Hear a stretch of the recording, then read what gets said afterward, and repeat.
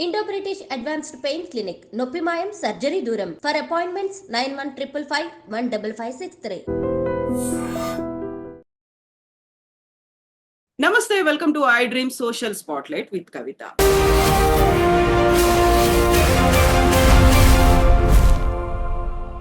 నటుడు మంచు మోహన్ బాబు ఇంట్లో గత 2 రోజులుగా హడావిడి హంగామా నెలకొంది. అది నిన్న రాత్రి పీక్ స్టేజ్ కు చేరుకుంది మీడియా మీద దాడి చేయడంతో. ఇందులో ఓవరాల్ గా ఎవరి తప్పుంది, ఎవరు బాధ్యత వహించాలి, ఎవరి విషయాల్లో ఇంటర్ఫియర్ అవుతున్నారు, మీడియాకు ఉన్నటువంటి రెస్పాన్సిబిలిటీస్ ఏంటి, నటుడిగా ఆయన తీసుకోవాల్సినటువంటి జాగ్రత్తలు ఏంటి? మనతో పాటుగా ఉన్నారు సీనియర్ జర్నలిస్ట్ సి వనజ గారు. వనజ గారు, నమస్కారం. నమస్తే కవిత. సో 2 రోజులుగా అవుతున్నటువంటి ఒక ఎపిసోడ్ చూస్తున్నారు. ఒక ట్విస్ట్లు, టర్న్లు బోల్డ్ అంత కనిపిస్తోంది. మీడియా అంతా అక్కడే ఉంది. జనాలు కూడా ఏం జరుగుతుంది అనేది ఒక క్యూరియస్ గా ఎదురు చూస్తున్నారు. బట్ అది నిన్న రాత్రి ఒక పీక్ స్టేజ్ కు వెళ్ళిపోయింది. మీడియా మీద దాడి చేయడం అనేది ఎవరి తప్పు ఉందనుకుంటున్నారు ఇందులో మీరు? చాలా సార్లు ఇందులో ఎవరి తప్పు అనేది చెప్పడం కష్టం అవుతుంది. ఎందుకంటే ఉమ్, ఇక్కడ ఒక్కళ్ళే హద్దు మీరారు అని చెప్పడానికి లేదు కవిత. అందరూ ఉమ్, హద్దు మీరారు. ఫస్ట్ ఆఫ్ ఆల్ అదొక ఇంటి గొడవ. బట్ ఉమ్, ఎవరింట్లో ఇలాంటి ఇంటి గొడవలు మనకు ప్రతి వీధిలో జరుగుతుంటాయి, ప్రతి ఊళ్ళో జరుగుతుంటాయి, ప్రతి ఇంట్లో కూడా జరుగుతుంటాయి చాలా సార్లు. అవేవి వార్తలు కావు. బికాజ్ వాళ్ళు సెలబ్రిటీస్ కాబట్టి వాళ్ళ ఇంట్లో ఏం జరిగినా వార్త అవుతుంది. ఉమ్, సో మొట్టమొదట అసలు వాళ్ళ ఇంట్లో మామూలుగా మోహన్ బాబు గారు ఆయనకి ఒక తెలుగు ఇండస్ట్రీ మీద ఒక కోపం. తనని పెద్ద మనిషిగా గుర్తించట్లేదు అని ఆయనకి చాలా కోపం ఉంటుంది ఎప్పుడు. బట్ ఇంట్లో ఒక గొడవ వస్తే ఆయన పెద్ద మనిషిగా పరిష్కారం చేసుకోలేక అది రోడ్డు మీద దాకా ఆయన తీసుకొచ్చాడు. సో ఉమ్, అక్కడ మొదలైంది ఈ కథ. సో అది ఒక రకంగా మోహన్ బాబు ఒక కుటుంబ పెద్దగా అంటే పోనీ వాళ్ళేం చిన్నపిల్లలు కాదు, టీనేజర్స్ కాదు, మాట్లాడి పరిష్కరించుకోవాల్సిన దాన్ని ఇక్కడ దాకా తీసుకొచ్చుకున్నారు. అది మొదట. మనకు తెలిసిందే గదా! నేను జర్నలిస్ట్‌ని. మనం మాట్లాడుకునే టైంకి మన ఉమ్, జర్నలిస్ట్ మిత్రులందరూ ఫిల్మ్ ఛాంబర్ దగ్గర ఇప్పుడు ధర్నా చేస్తున్నారు. 11:00కి ధర్నా గూడా ఉంది. సో, జర్నలిస్ట్‌ల మీద దాడి చేశారు కాబట్టి దాని మీద వాళ్ళందరూ ప్రొటెస్ట్ చేస్తున్నారు. బట్ దానికి ముందు కూడా ఒకసారి మోహన్ బాబు ఇంట్లో గొడవ మొదలైన దగ్గర నుంచి తెలుగు టీవీలో ఇంకొక వార్తే లేదు. మొత్తం ఉమ్, తెలుగు టీవీలో, డిజిటల్ మీడియాలో కంటిన్యూయస్‌గా అదే విషయం మాట్లాడుతున్నారు. అందరూ అవే విషయం. ఉమ్, ఎందుకంటే సెలబ్రిటీ లైఫ్ మీద ఉండే ఆసక్తి కొద్దీ. తర్వాత మీడియా కూడా ఎన్ని కథలు వండి వార్చిందో మనం చూసాం. అసలు వారుస్తూ ఉంటుంది. ఒక ఆర్‌జీవీ మీద కూడా చూసాం. ఆర్‌జీవీ మీద అసలు ఆయన పారిపోయాడు, దాక్కున్నాడు. ఆయన ఛానెల్స్‌లోకి వచ్చి కొంచెం నేను ఇక్కడే ఉన్నాను మొర్రంటే కూడా ఆయన పారిపోయాడు, దాక్కున్నాడు అని. ఉమ్, అంటే ఒక క్లిక్ బైట్ జర్నలిజం కోసం వీళ్ళు ఓవర్‌గా చేస్తున్నారు. వీటన్నిటికి ఒక కల్మినేషన్ పాయింట్ నిన్న జరిగింది, నిన్న సాయంత్రం. ఉమ్, సరే ఉమ్, వాళ్ళు వీళ్ళు తోసుకున్నారు, లోపలికెళ్లారు. మోహన్ బాబు అనే ఆయన నాకు 70 ఏళ్ళు నన్నిట్లా వేధిస్తారని ఆయన అడుగుతున్నాడు. బట్ 70 ఏళ్ల మనిషి పాటించాల్సిన సంయమనం గూడా ఒకటుంది. అదాయన పాటించలేదు. పాటించకుండా తీసుకొని కొట్టేశాడు. యాక్చువల్‌గా నేను నిన్న అక్కడున్న మిత్రులతో మాట్లాడుతున్నప్పుడు చెప్పిందేంటంటే, జస్ట్ వీళ్ళు కొడుకు తోసుకొనెళ్ళాడు. మనోజ్ తోసుకొనెళ్ళాడు. ఆయనతో పాటు వీళ్ళందరూ గూడా లోపలికి తోసుకొనెళ్లారు. అది మనోజ్‌ని బయటకి తోసుకొనొస్తూ మోహన్ బాబు బయటకొచ్చారు. రాగానే వీళ్ళు మైక్ పెట్టి మీరు ఏమంటారు చెప్పండి అనగానే అది తీసుకొని కొట్టేశాడు అని. సో, ఒక స్పర్ ఆఫ్ ద మూమెంట్‌లో ఆయన ఆ పని చేశాడు. అంటే ఒక రకంగా చెప్పాలి అంటే, ఒక గొడవ జరుగుతున్నప్పుడు మనం వెళ్లి మైకులు పెట్టి మీరు చెప్పండి అని అడగటం నాకైతే ఎథికల్‌గా అనిపించదు. ఉమ్, అంటే ఒక స్పేస్‌ని మనం ఆహ్, రెస్పెక్ట్ చేయాలని నేను అనుకుంటాను. బట్ ఇవాళ స్పేస్ రెస్పెక్ట్ చేయని జర్నలిస్ట్‌లని కూడా నేను తప్పు పట్టను. ఇవాళ ఆ స్పేస్ రెస్పెక్ట్ చేయకపోవటమనే జర్నలిజంగా చాలామంది భావిస్తున్నారు. అట్లా దాన్ని ప్రమోట్ చేస్తున్నారు. ఇవాళ మీకు వ్యూస్ రావాలన్నా, క్లిక్స్ రావాలన్నా తప్పనిసరిగా ఆ స్పేస్‌ని ఆహ్, దాన్ని క్రాస్ చేసే ఒక పని చేయకపోతే తప్ప ఎవరు చూసే ఒక పరిస్థితి లేదు. అంటే వేరే దేశాల్లోకి వెళ్తే ఈ లాస్ గాని ఉమ్. చూస్తే అట్లా ఒక ప్రైవేట్ ప్రాపర్టీలోకి వెళ్తే వాళ్ళనేమైనా చేసే హక్కు ఉంటుంది. భారతదేశంలో ఆఫ్‌కోర్స్ అలా లేదు. ఉంది కానీ అంత స్ట్రింజెంట్ లా కాదు. కానీ వెంటనే ఏం చేశారు? గన్ లైసెన్స్ తీసేసుకున్నారు. మోహన్ బాబుది విష్ణువి గన్ లైసెన్స్ క్యాన్సిల్ చేసి గన్ లైసెన్స్ తీసుకోలేదు, సారీ గన్స్ తీసుకొని ఎళ్ళిపోయారు. హ్మ్. సో, అంటే ఈ మొత్తం వ్యవహారాలు నాకేం అనిపిస్తుందంటే ఒక ఒక టాక్సిక్ జర్నలిజం ఇదని అనిపిస్తుంది. నేను I am not saying journalist మిత్రుడు. మనందరికీ మిత్రులే వాళ్ళు. దెబ్బలు తిన్నవాళ్ళు, దెబ్బలు తగిలిన వాళ్ళు. వాళ్ళని నేను తప్పు పట్టట్లేదు కానీ, మొత్తం ఒక వాతావరణం అట్లా తయారైంది. అంటే హ్మ్. అట్లా వెళ్తే తప్ప జర్నలిజం కానీ ఒక పరిస్థితి నుంచి ఉంది. అటువైపు ఉన్నవాళ్ళు మేము ఇంత పెద్దవాళ్ళం అంత పెద్దవాళ్ళం అని చెప్పేవాళ్ళు కనీసం సంయమనం లేకుండా, ఆయనకు తెలీదా? ఆయనకు కూడా తెలుసు కదా, జర్నలిస్టులు వస్తారని తెలుసు, అడుగుతారని తెలుసు, అది మంచా చెడా కాదు. ఆయనకు అవసరమైనప్పుడు వాళ్ళందరికీ వాళ్ళకి అవసరం ఉన్నప్పుడు ఇదే జర్నలిజం కావాలి, వీళ్ళు ఇట్లాగే కావాలి కదా చేసినప్పుడు. వాళ్ళకి వీళ్ళ అవసరం ఉన్నంతసేపు అది ఓకే, వీళ్ళ అవసరం లేదనుకున్నప్పుడు వాళ్ళ మీద దాడి చేయడం అంటే నాకు అనిపిస్తుంది అన్ని వైపుల నుంచి కూడా మనం ఒక రాంగ్ వాతావరణంలోకి ఎంటర్ అయ్యామనిపిస్తుంది కవిత. అంటే యాజ్ ఎ జర్నలిస్ట్ ఇప్పుడు మీరు పనిచేశారు, మీరు అదే టీవీ9లో ఇవాళ దెబ్బలు తిన్న టీవీ9లో చాలా కాలం పనిచేశారు, రిపోర్టింగ్ ఎవరి దాకేందుకు మీ మీదే దాడులు జరిగాయి. టీవీ9 మీద కోపంతో మిలీనియం మార్చప్పుడు మీ మీద దాడి చేశారు, మీ మీదనే దాడి చేశారు. మనందరం ఇది చూసాం. అంటే ఈ దాడి చాలా సార్లు అది ఈ వ్యక్తుల మీద కాదు, ఒక్కసారి సంస్థల మీద, ఒక్కొక్కసారి మొత్తం జర్నలిజం మీద, the way journalism is operating. అది కూడా ఇక్కడ నేను పూర్తిగా జర్నలిస్టులు తప్పు పట్టట్లేదు నిజం చెప్పాలంటే. సరే వాళ్ళు ఇది వాళ్ళు మొదటిసారి చేయట్లేదు, ఎప్పుడూ చేస్తూనే ఉన్నారు, చేస్తారని చేస్తుంటారు అని తెలిసి కూడా మోహన్ బాబు అట్లా సంయమనం కోల్పోవడం అనేది అయితే ఖచ్చితంగా తప్పు. ఎండ్ ఆఫ్ ద డే జర్నలిస్టుల పరిస్థితి ఏంటి? వీళ్ళు ఇలాంటి ఒక వాతావరణంలో పనిచేయని ఒక పరిస్థితి చేయక తప్పని పరిస్థితి ఉంది, అట్లా వెళ్ళాల్సిన అవసరం కూడా ఉంది. సో వాళ్ళకు రక్షణ ఏది? నాకు తెలిసినంత వరకు జర్నలిస్టులకు రక్షణ లేనే లేదు. అంటే వాళ్ళు ఎవరి కోసం అన్నా చేయనివ్వండి, వాళ్ళు కేవలం జీతం కోసం పనిచేస్తారు. బట్ ఏమన్నా జరిగినప్పుడు వాళ్ళకి ఏ రకమైన రక్షణ ఉండట్లేదు. ఇది మన ఫిజికల్గా దెబ్బ కాబట్టి మనం మాట్లాడుకుంటున్నాం. వేరే రకమైన సమస్యలు చాలా వస్తాయి. ఆ మధ్య కర్నూల్లో ఒక అబ్బాయి ఉన్నాడు, ఎక్స్పోజ్ చేశారు, స్ట్రింగర్ అతను. అక్కడ ఉండే ఒక లోకల్ పొలిటీషియన్ ఎక్స్పోజ్ చేస్తే అతను చంపేశారు. సో చంపేస్తే ఎవరు ఏం చేయలేదు నిజానికి. ఆ కేసు కూడా అవతల వాళ్ళు హషప్ చేశారు. ఈ సంస్థ ఏదైతే ఉందో ఇది సంస్థ అబ్బాయి కోసం నిలబడి ఏమి చేయలేదు అసలు. అంటే ఒక జర్నలిస్ట్ ఒకటి రాస్తే చంపేస్తే దానికోసం కూడా ఏం చేయలేదు. అంటే నేను ఒక బిగ్గర్ ఇష్యూలోకి వెళ్తున్నా. అంటే జర్నలిస్టులుగా మనం అందరం కూడా ఒక టాక్సిక్ వాతావరణంలోకి వెళ్ళాం. చాలా మంది జర్నలిస్టులు బయటకు వెళ్ళి ఫీల్డ్ రిపోర్టింగ్ చేయడానికి ఒక భయపడే పరిస్థితి వచ్చింది. మనం అసలు the very essence of journalism is offending someone. నువ్వు చెప్పేదానికి నేను భజన చేస్తే జర్నలిజం అవసరం లేదు కదా, ప్రతిదాన్ని యాక్సెప్ట్ చేయాల్సిన అవసరం లేదు, చెయ్యకూడదు యాజ్ ఎ జర్నలిస్ట్. ఎందుకు అనుకుంటాం మన వాచ్ డాగ్ అని ఎందుకంటాం కదా?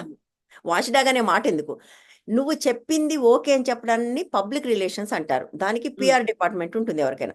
జర్నలిస్టుల పని ఏంటంటే నువ్వు 100 మంచి విషయాలు చెప్పుగాక నువ్వు ఒక తప్పు చేస్తే ఆ ఒక్క తప్పును మాట్లాడటమే జర్నలిస్ట్గా నా విధి, నా బాధ్యత కదా. ఇవి మాట్లాడిన ప్రతిసారి దాడులకు గురవుతున్నారు. ఇప్పుడు కొత్తగా ఏమైందంటే నువ్వు ఏదన్నా అఫెండ్ చేయటమే జర్నలిజం అని చెప్పాను కదా నేను, అది కాదు అని ఎవరన్నా అంటే వాళ్ళకి జర్నలిజం తెలియదని నేను గట్టిగా నమ్ముతాను. The very essence of freedom of expression is offending someone. నువ్వు చెప్పింది తప్పు అని చెప్పడమే ఫ్రీడమ్ ఆఫ్ ఎక్స్ప్రెషన్. నువ్వు చెప్పింది రైట్ అనడానికి నాకేం ఫ్రీడమ్ ఆఫ్ ఎక్స్ప్రెషన్ అవసరం లేదు కదా, తప్పని చెప్పడానికే నాకు కావాలి. So that is a fundamental right in any democracy, democracy America కానీ ఇండియా కానీ. సో ఇవాళ దానికి పెద్ద సమస్య వచ్చిందని అనుకుంటున్నాను. అంటే కొంచెం దీని నుంచి పక్కకు వెళ్తున్నానని అనుకోకండి. సో మనము దేని గురించి మాట్లాడినా కూడా ఇవాళ మనం ఈ పార్టీ గురించి మాట్లాడాం, నువ్వు ఫలానా పార్టీ అంటారు, రేపు ఆ పార్టీ గురించి మాట్లాడితే నువ్వు ఈ పార్టీ అంటారు. అంటే మనం అసలు ఏ పార్టీకి సంబంధం లేకుండా అన్ని పార్టీల గురించి మాట్లాడతామని లేదా అందరి గురించి మాట్లాడతామనే కామన్ సెన్స్ ఉండదు. చాలా ప్రాగ్మాటిక్, అంటే ఆ ఒక్కడు చూస్తారు, ఆ ఒక్క న్యూస్ స్టోరీ చూసి. అందుకే కదా వనజ గారు ఈ మధ్య కాలంలో కూడా కామెడీ జోక్స్ వేయడం అనే జర్నలిస్టుల మీద, ఎక్కడ పని చేస్తున్నావు అంటే ఏ పార్టీకి పని చేస్తున్నావు అనే దాంట్లో మారిపోయింది అసలు, ఏ పార్టీ జర్నలిస్ట్ ఆయన అనేది.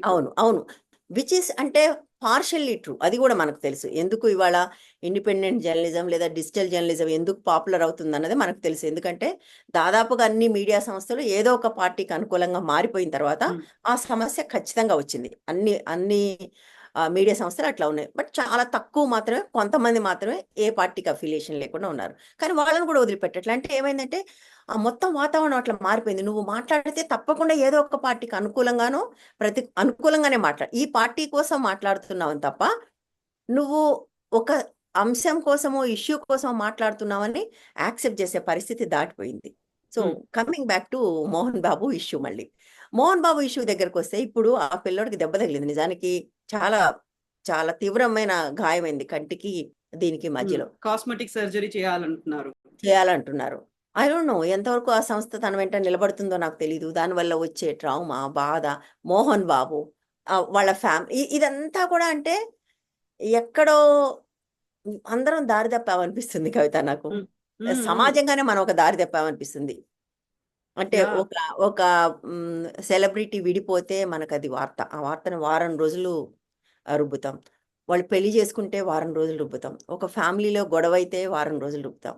అంటే I miss my olden days of print journalism. అంతా అయిపోయాక ఉమ్, సాయంత్రం కూర్చొని తీరిగ్గా ఆలోచించుకొని ఒక పీస్ రాస్తాం మొత్తం మీద కదా! ఒక నాన్ జడ్జిమెంటల్ పీస్ రాయటానికి ట్రై చేసేవాళ్ళం.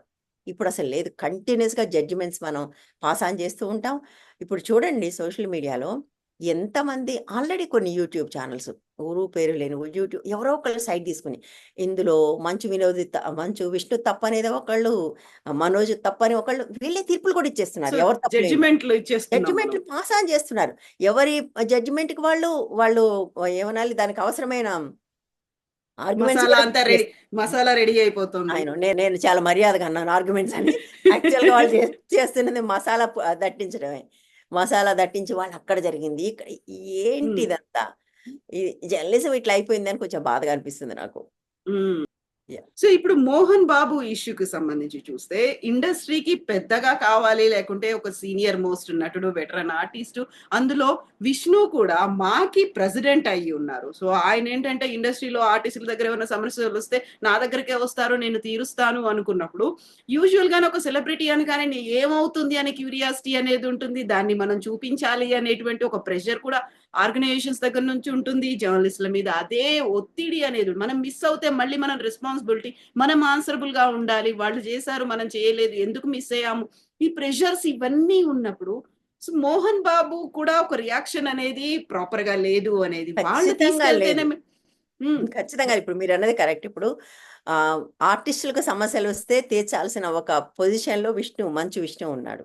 అవును. ఇండస్ట్రీలో సీనియర్ మోస్ట్ యాక్టర్‌గా ఉన్నాడు. ఆయనకు అనేక విద్యా సంస్థలు కూడా ఉన్నాయి. మనం అది గుర్తుంచుకోవాలంటే విద్యా సంస్థలు కూడా నడిపే వ్యక్తికి ఎంత ఉమ్, సంయమనం ఉండాలి. అన్ని విద్యా సంస్థలు ఆయన స్వయంగా నడుపుతాడు. మనందరికీ తెలిసిన విషయం అది. ఆయన కాలేజీల్లోనూ, ఆయన స్కూళ్ళలోనూ వెళ్తాడు, ఉంటాడు. వాటికి సంబంధించి అంటే అదొక కనీసమైన స్పృహ. ఎవరిళ్ళల్లో గొడవలుండవండి. ఏ ఉమ్, ఇంట్లో గొడవుండవు. ఇంటింటి రామాయణం మనకు తెలీదా? ప్రతి ఇంటిలో ఒక పొయ్యుంటుంది. ఆ పొయ్యి మీద ఏం ఉడుకుతుందో మనందరికీ తెలిసిందే. సో, ఒక పెద్దవాడిగా దీన్ని రోడ్డు మీద రాకుండా చూడాల్సింది. ఉమ్. ఇద్దరు బౌన్సర్‌లని పెట్టుకొని, వాళ్ళు ఒకళ్ళనొకళ్ళు కొట్టుకొని, ఒకళ్ళనొకళ్ళు తోసుకొని ఐయామ్ ఫీలింగ్ సో సాడ్. అందులో చిన్న పిల్లలు గూడా, పసిపిల్లలు గూడా ఉన్నారు. ఇప్పుడు ఎగ్జాక్ట్లీ. ఆ మనోజ్‌కి ఒక 3, 4 ఏళ్ల కొడుకు, ఇప్పుడు నెలల పాప ఉంది. సో, ఈ మొత్తం అంటే ఒక పిల్లలున్నారు. వాళ్ళందరూ ఏమైపోతున్నారు? ఎట్లా ఫీల్ అవుతున్నారు? ఇంకా అన్నిటికంటే ఘోరం ఏంటంటే, నేను జర్నలిస్ట్‌ల వైపు నుంచి తప్పు పడుతుంది. పని మనిషి. పని మనిషిని ఆమెకు తెలియకుండా రికార్డ్ చేసి అదంతా వైరల్ అయిపోయి, ఇప్పుడు ఆ అమ్మాయి సూసైడ్ అటెంప్ట్ చేసిందంటున్నారు. ఏం రైట్ ఉంది మనకు? మన క్లిక్ బైట్ జర్నలిజం కోసం ప్రతి వాళ్ళని అసలు వాళ్ళకు తెలియకుండా రికార్డు చేయటం అనేది నేరం. చాలా మంది జర్నలిస్టులకు ఆ స్పృహ కూడా లేదు. స్టింగ్ అట్లా ఆపరేషన్స్ చేసేది, లేకుంటే అక్కడ ఏదో అక్రమం జరుగుతోంది, అక్రమ రవాణా జరుగుతోంది. అవును. సో అది అది దాన్నైనా నేను అర్థం చేసుకోగలను. ఇదేంటి? హ్మ్. హ్మ్. హ్మ్. ఇదేంటి అసలు? నిజానికి స్ట్రింగ్ ఆపరేషన్స్ కూడా ఇండియాలో the way they are doing which is not legal. But okay. అక్కడేదో ఒక అన్యాయాన్ని వెలికి తీయటానికి చేస్తున్నారని అనుకుందాం. For argument's sake. ఇదేంటి ఈ అమ్మాయిని? అమ్మాయి అక్కడ పని చేయాల్సిన అమ్మాయి. ఆ హ్మ్. అమ్మాయికి తెలియకుండా రికార్డ్ చేసి, అది బయట పెట్టి అంటే కనీసం ఒక సామాజిక స్పృహ గురించి మాట్లాడతాం కదా! పొద్దున్న లేస్తే. హ్మ్. హ్మ్. మనం అందరం సమాజం మంచి కోసమే జర్నలిజం అని నమ్ముతాం కదా! ఇప్పుడు నువ్వు, నేను మనందరం జర్నలిజంలోకి ఎందుకొచ్చాం? ఏదో సమాజానికి మంచి చేయాలి, అన్యాయాలను ఎదిరించాలి, లేదా అన్యాయాల్ని ప్రశ్నించాలి, వాస్తవాలు ఎగ్జాక్ట్‌లీ. బయట పెట్టాలి. ఇదే అందరి హ్మ్. మోటో వచ్చినప్పుడు. హ్మ్. కానీ హ్మ్. ఇప్పుడు అదంతా మర్చిపోయి ఎంతసేపటికి నువ్వు ఎక్కడ ఏమనాలి ఏ గాసిప్ పట్టామా? ఆ అమ్మాయిని అట్లా చేయటం. నేనేమంటున్నానంటే ఇప్పుడు ఒక పనమ్మాయికి, ఆ అమ్మాయికి తెలియకుండా రికార్డ్ చేసిన నువ్వు దానికేం మాట్లాడతావు? నీ మీద దెబ్బ గురించి మాట్లాడుతున్నావు. అమ్మాయి జీవితం మీద దెబ్బ పడింది కదా! అవును. ఈ దెబ్బతిన్న జర్నలిస్టు ఆ రికార్డ్ చేసిన జర్నలిస్ట్ ఒకటి కాకపోవచ్చు. కానీ యాస్ ఎ జర్నలిస్ట్ ఫ్రాటర్నిటీ నేను మాట్లాడుతున్నాను. హ్మ్. మనం ఇది తప్పనకుండా అదొకటే తప్పెట్లా అంటాం? అవును. వాళ్ళు దెబ్బ కొట్టడం ఎంత తప్పో, ఆ పని మనిషిని రికార్డ్ చేయడం కూడా అంతే తప్పు. అది కంప్లీట్‌గా నాన్సెన్స్. అది జర్నలిజం కాదు, అవి ఎథిక్స్ కాదు. ఓకే, అమ్మాయి వచ్చి ఓపెన్గా నేను మాట్లాడదాం అనుకుంటున్నా అంటే వేరే విషయం. నువ్వు అమ్మాయికి తెలియకుండా చేస్తే అది అమ్మాయి లైఫ్కి సమస్య కదా. అమ్మాయి అక్కడికి వెళ్ళి మళ్ళీ ఎట్లా పనిచేస్తుంది అక్కడ? అవును, అవును, అవును. సో ఇక్కడ ఇంకొక ప్రశ్న కూడా వస్తుంది వనజ గారు. ప్రతిసారి విధి నిర్వహణలో ఉన్నటువంటి జర్నలిస్టుల మీద అటాకులు జరిగితే వాళ్ళ ప్రొటెక్షన్ కోసం కొన్ని చట్టాలు ఉండాలి, వాళ్ళ కోసం అనేది ఇమ్మీడియట్ గా చర్యలు తీసుకునేలా ఉండాలి అనేది, అది ఎక్కడి దాకా వచ్చింది అసలు?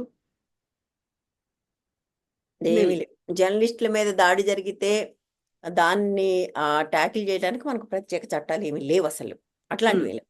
ఒక మనిషిని ఇంకో మనిషి కొడితే ఏం చట్టం ఉందో అదే చట్టం ఇక్కడ కూడా వర్తిస్తుంది. బట్ మనకు తెలుసు కదా, భారతదేశంలో ఓ మనిషిని ఇంకో మనిషి కొడితే ఉండే చట్టాలు అవి ఎట్లా పనిచేస్తాయి. ఇక్కడ కూడా అంతే పనిచేస్తాయి. అంతకంటే పెద్దగా ఏమైనా చేస్తాయని నేను అనుకోను. ఏం చెయ్యవు కూడా. నేను చెప్పాను కదండి ఇంతకుముందే. ఒక పిల్లోడిని చంపేస్తే కూడా ఏం జరగలేదు. ఎక్స్పోజ్ చేస్తే చంపేస్తే కూడా ఏం జరగలేదు. మనం ఇక్కడ దెబ్బల గురించి మాట్లాడుతున్నాం. మీకేం జరిగింది? మీ మీద అప్పుడు దాడి జరిగితే మీ విషయంలో ఏం సో జరిగింది? ప్రొటెస్ట్లు అవుతాయి, అక్కడ రాస్తారోకోలు చేస్తారు, లేకుంటే ఒక అవును. ధర్నా అనేది ఉంటుంది. అంతకు మించి ఇంకేం జరగలేదు అంతకంటే అసలు. జరగదు. ఏమీ జరగదు కూడా. అంతకంటే ఏం జరగదు కూడా. ఒకప్పుడైతే కొంత బాయ్‌కాట్ చేసేవాళ్ళు. ఇప్పుడైతే ఆ బాయ్‌కాట్ అనే మాట కంప్లీట్‌గా నాన్‌సెన్స్. మీకు గుర్తుంటే ఒక 15, 20 సంవత్సరాల కింద ఇటువంటి దాడి జరిగితే వాళ్ళ వార్తల్ని, వాళ్ళ న్యూస్‌ని కంప్లీట్‌గా బాయ్‌కాట్ చేసేసేవాళ్ళు. అది సినిమా యాక్టర్‌లకి చేసేవాళ్ళు, పొలిటీషియన్స్‌కి, ఒక్కోసారి ముఖ్యమంత్రుల విషయంలో కూడా జరిగేది.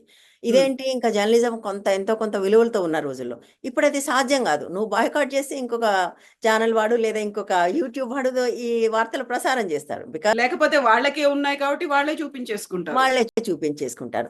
తర్వాత ఇంకొకటి, జర్నలిస్టుల మీద దాడులు ఒకప్పటితో పోలిస్తే విపరీతంగా పెరిగాయి. ఉమ్, పెరగటానికి రీజన్ ఇంతకుముందు చెప్పుకున్నట్టుగా జర్నలిజం యాజ్ ఎ ప్రొఫెషన్ బాగా అంటే కరప్ట్ అయిపోవటం. అంటే ఉమ్, జర్నలిజం అనేది ఒక కార్పొరేట్ సంస్థకో, ఒక రాజకీయ పార్టీకో అండగా నిలబడటం మొదలుపెట్టిన తర్వాత ఈ ఈ దాడులు ఇక్కడ మాత్రమే జరగట్లేదు. దేశమంతా జరుగుతున్నాయి. మీకు చాలా చోట్ల ఇప్పుడు రైతుల ఆందోళన దగ్గరికెళ్తే పర్టిక్యులర్ ఛానల్స్ వాళ్ళని రానివ్వలేదు. అర్నబ్ ఉమ్, గోస్వామి, రిపబ్లిక్ టీవీ. ఎందుకంటే వాళ్ళు వీళ్ళ మీద తప్పుడు వార్తలు ప్రసారం చేస్తున్నారు. జీ టీవీ వాళ్ళని లాంటి వాళ్ళని రాలే. మరికొన్ని చోట్ల అట్లా. అంటే ఛానల్స్ కూడా వాళ్ళ ఎజెండాతో ఒక ఉమ్. వాస్తవాన్ని వాస్తవంగా చూపించడం కాకుండా, ఒక ఎజెండాతోటి వార్తలు ప్రసారం చేయటం మొదలుపెట్టిన తర్వాత ఈ దాడులు బాగా పెరిగాయి. వాళ్ళకి మనకు కనపడేది ఫీల్డ్‌లో మనమే గదా. ఆ లోగో అవును, పట్టుకొని కనపడేది మనమే. అవును. ప్రతినిధిగా మనం ఉన్నాం అక్కడ. మనం ఉంటాం కాబట్టి ఈ దాడి మన మీదే జరుగుతుంది. ఉమ్, వాళ్ళ మీద జరగదు, వాళ్ళ మీద చెయ్యలేరు, అవకాశం గూడా లేదు. అంటే వాళ్ళకసల యాక్సెస్ కూడా ఉండదు. ఉమ్, అట్లాంటి చేయడానికి. సో, వాళ్ళకి ఎదురుగా కనపడే జర్నలిస్టుల మీదనే ఈ దాడులు చేస్తారు. నాకేమనిపిస్తుందంటే, సరే ఇక్కడ పొలిటికల్ ఎజెండా లేకపోవచ్చు.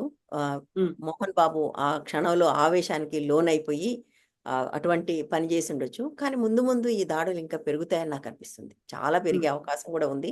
బట్ జర్నలిస్టుల్ని ఇటువంటి పరిస్థితుల్లో పెడుతున్న వాళ్ళు కూడా ఈ విషయం ఆలోచించాలి. అంటే ఇలాంటి ఉమ్. కండిషన్స్‌లోకి పుష్ చేస్తున్న వాళ్ళు కూడా.